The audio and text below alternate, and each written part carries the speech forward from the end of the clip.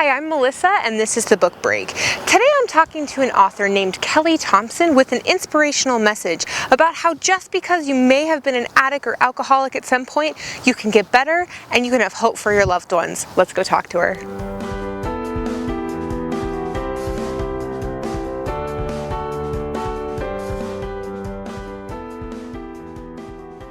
All right, like I said, I am here with author Kelly Thompson, and her book is Between Monsters and Mercy.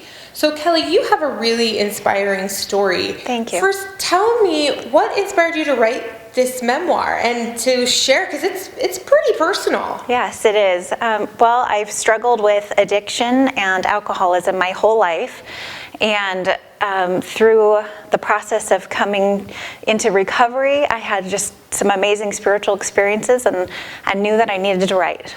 So that's so great. Yeah, thank you. So tell me a little bit more about your story. So you were an addict, an alcoholic, Yes. and you made a big change. Give Yes. me the steps that led up to these things. Well, I struggled with addiction since I was young. So since I was 13, 14 years old, that's when I found alcohol and drugs for the first time.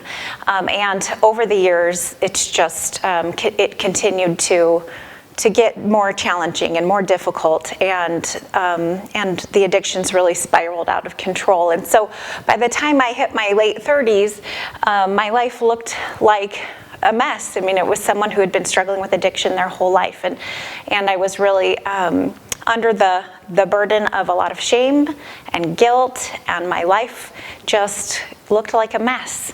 And you know, I was not a good mother. I abandoned my children in order to go out on the streets and support my habit with prostitution, and it went down to the worst of the worst. But in that dark, desperate place, I had some pretty amazing experiences, and was able to find recovery and some real hope, and find sobriety and a whole new life. And it's just been amazing and miraculous, and I see the world very differently than I used to. Yeah, I bet. And I'm wondering if you could expand a little bit for us. So I think all of us either know someone that has struggled with addiction, or maybe we have even struggled with addiction. How do you think this affected your family, and how does it affect your family now? Actually, I think it really affected them more than it even affected me at times. It was so hard to watch someone that they love just self-destruct, kind of in this slow, messy way, and they felt very powerless to do anything to help me. And I know, there's no, when you have someone in your life that's struggling with addiction, it's very complicated, and it's hard to understand who is, where the choice is and where the disease takes over, and it's a complicated mess. And so I know for them, they struggled for a long time trying to help and not knowing what to do.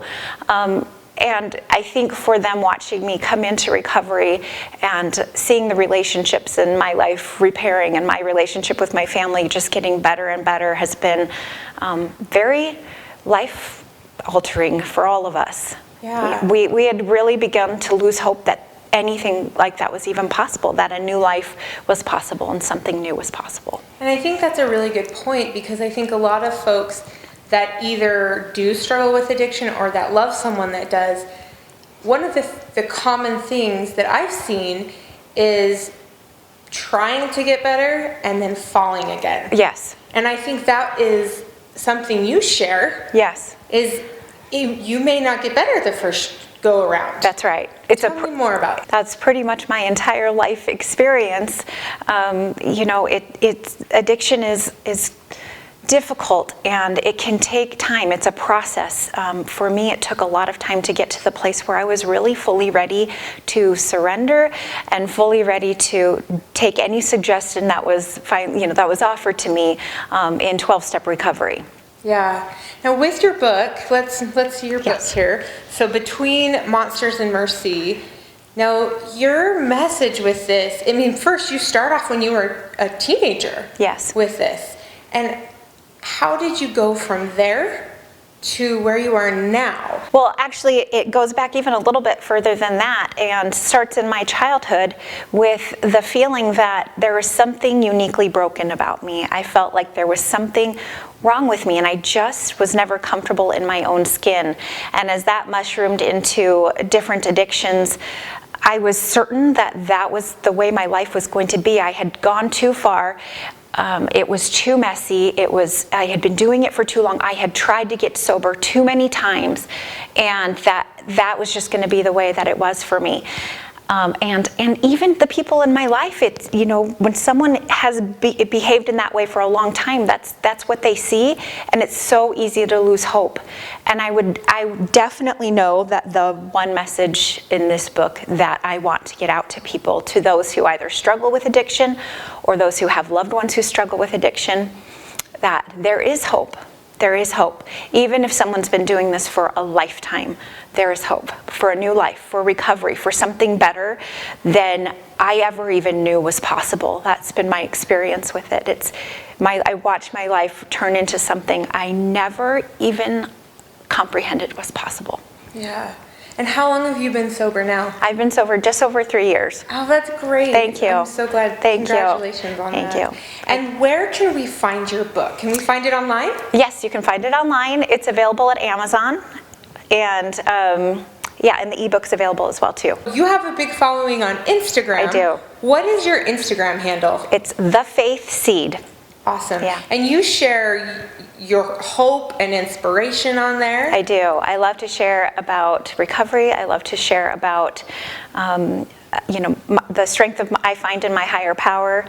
And I put it all out there. That's great. Yes. And I'm so glad to hear that you share the inspiration of just because you failed before doesn't mean there's not hope. That's right. That's great. Well, thank you so much for joining me. Thank you. Thanks for having me. Yeah, and thank you guys for joining us on the book break. We'll see you next time.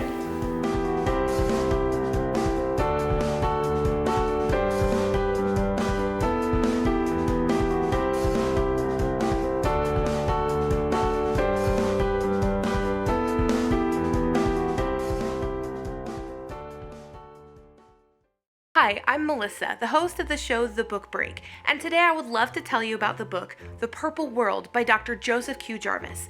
In this book, he relates stories that show us how our healthcare system is broken and gives us a solution for how we can fix it. Did you know over 70% of Americans say our healthcare system is in crisis? We need to do something about this.